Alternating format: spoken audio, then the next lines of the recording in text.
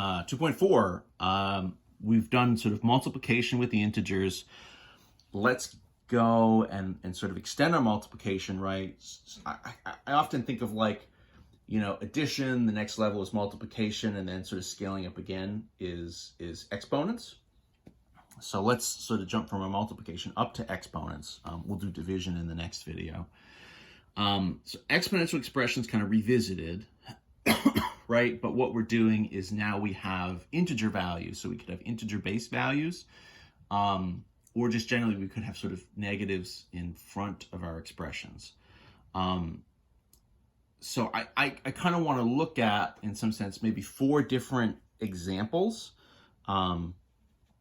to get us started, maybe sort of even more than that. So to get us started, I think the best way to sort of illustrate this idea is let's just sort of start with some basics, right? So 2 to the 3, right? 2 raised to the 3rd power, 2 cubed is 2 times 2 times 2, which would be 4 times 2, which would be 8, right? No problem, not a big deal at all.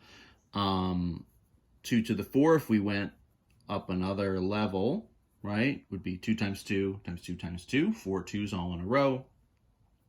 That, right, if we sort of paired them up, would be 4 times 4, which would be 16. Also, of course, notice 8 times 2, right, to go up another level gets us from 8 to 16. We could do 2 to the 5, 2 to the, we could keep going and just get bigger and bigger numbers, but I just want to sit with 3 and 4 for a second.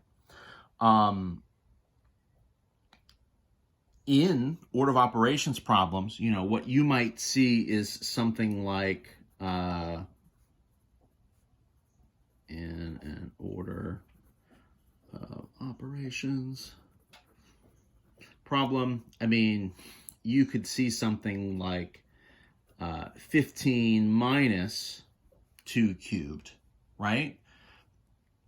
And so what that means, our order of operations says that you apply the exponent first before you do any kind of subtraction, right? And so what you're going to do here, you could almost put a little parentheses around it. The idea is you would evaluate 2 cubed, right? So this would be 2 cubed, as we just said, 2 times 2 times 2 is 8. And then it's 15, and it's minus that 8, right? So 15 minus 8, which would then be 7.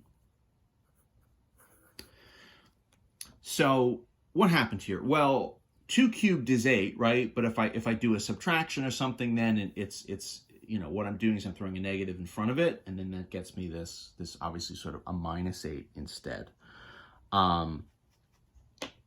So what that kind of means for us is, so if you want, right,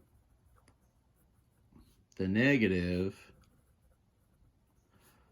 version of an exponential, you just throw a negative in front. I gotta work on my handwriting a little bit. So in theory, right, if you want the negative version of an exponential expression, you just throw a negative in front. So what that means for us is if, right, I just want, the negative version of 2 cubed, right? I just throw the negative in front, and so my order of operations kind of says, do the power first. So this is the negative version of 2 to the 3.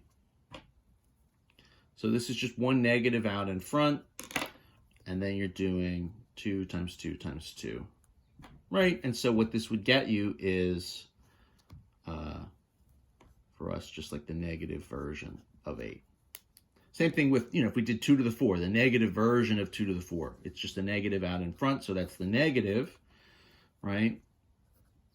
2 to the 4 is here, so that's the negative version. 2 times 2 times 2 times 2 would just be the negative of 16. So, how do we get negative versions of these things? We just throw a negative in front. What happens if a negative? It would be this. Now, the other question is, well, what if instead of doing just the negative version of an exponential expression, what if I actually had the base number was negative? Could we do that? Can I do what would happen if I did the base value itself is negative. So let's consider that. So how would I write it? Well, what you would need to do to write it, the idea with an exponent, the notation is whatever it's directly touching is what is the base, is what is sort of what you're doing the repeated multiplication with. So up here, right, it's negative in front and it's 2 cubed. That means it's 2 times 2 times 2 with just the one negative, right? This doesn't mean that the base value is negative. If I want to write it where the base value itself is negative, I need to use a parentheses. So what I would do is I would write -2 in parentheses, and I would put the exponent on the outside. That makes it clear, right, that what I mean in that case is repeated multiplication, not just with the 2, but with the negative also. Right, so that is a -2 times a -2 times a -2. So this case versus this case, it's this parentheses, in theory kind of a subtle difference, but it makes a huge impact on what we mean, right? This one is just like I'm subtracting the quantity 2 cubed. 2 cubed is 8, so I'm subtracting, I'm doing -8.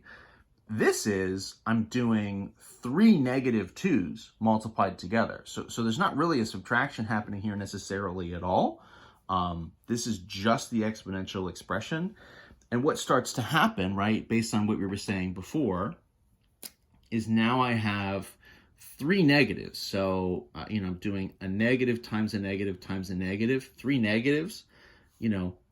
2 of them would get me a positive, but then there's the 1 negative left over. So the final here should be negative. And we can kind of see that in action, right? Because if I do -2 times -2 is +4, right? Times the leftover -2, so then that's going to be 8, but this third negative didn't pair up, it didn't get canceled, and so what I get in that case is a -8. You might say to yourself, well, okay, who cares? Because the one we just did up here was also -8, so I'm getting to the same answer, right? Like, you're making a big deal about this, but like, what is the actual big deal? Both of these become -8. Can't we just like not even worry about it? And the answer is no, of course not. We have to worry about it. This is a big deal because, and so here's where everything kind of comes together. What if I do -2 raised to an even power instead? So what if my base is -2, but I raise it to the 4?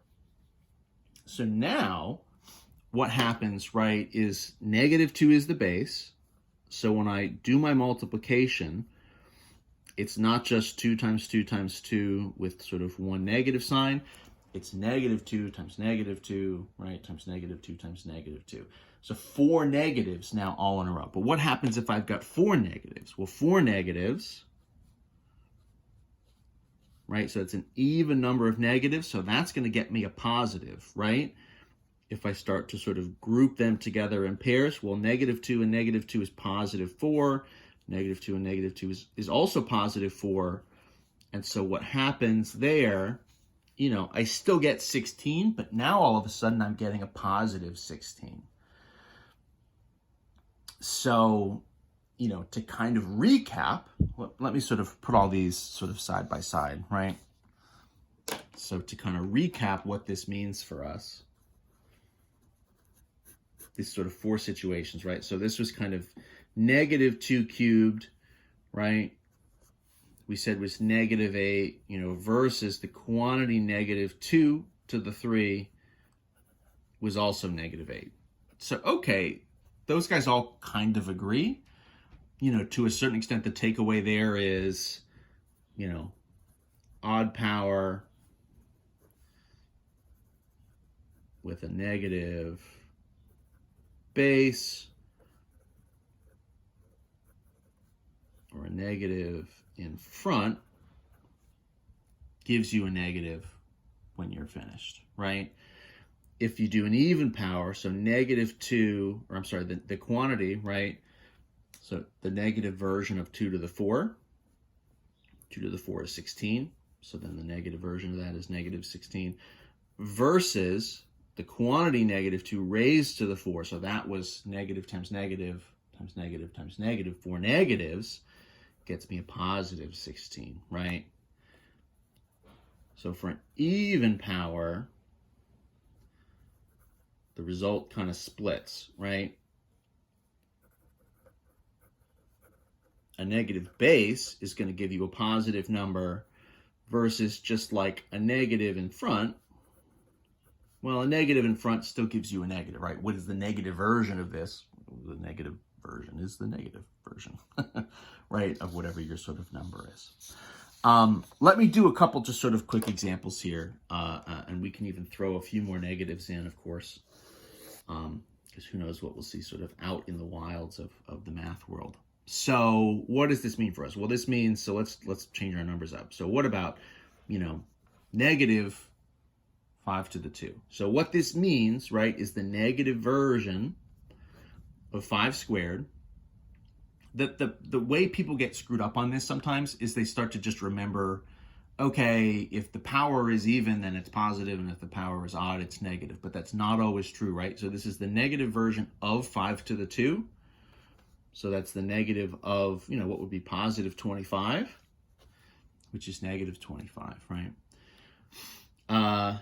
What if I do, negative 9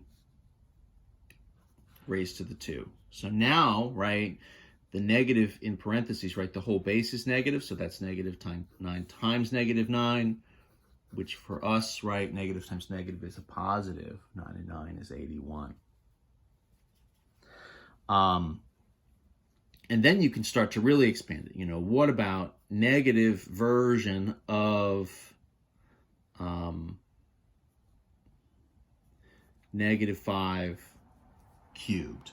Okay, well, so now what's happening? So this is negative 5 is the base. It's cubed. And then there's another negative out in front of that. So that's the negative version of, right? So in parentheses, this is sort of 3 negative 5s. So we really have to kind of watch the notation, the order of operations. Everything here really starts to have an impact, right? So within that, I know that would be a positive 25, and then times a negative 5. So you're saying, okay, so then that's the negative in front of the whole thing. On the inside, it's 25 times negative 5. That would be negative, I'll sort of just jump the gun and say 5 times 25 is 125, just to sort of save us a minute. But you can double check that by stacking it. So, right, the quantity negative 5 raised to the 3 gets us this inside number, negative 125, right? But then there's another negative in front of that. So we sort of get, in some sense, a fourth negative that didn't come from the power, just as out in front. So what that's going to do is give us our opposite of an opposite, this double negative. And so the final here would be a positive 125. Right, so we can kind of chase negatives all over the place depending on what our different setups are. We'll sort of see some more of all these things in play. In 2.5, we're revisiting our order of operations. I'll do one more here just kind of quickly. How should I change this up? Maybe we're subtracting the negative version of 4 cubed.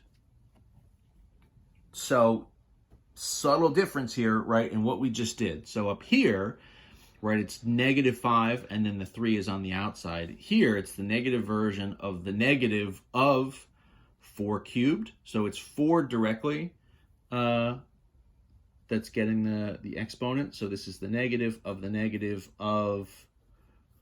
4 cubed, right, is kind of like this.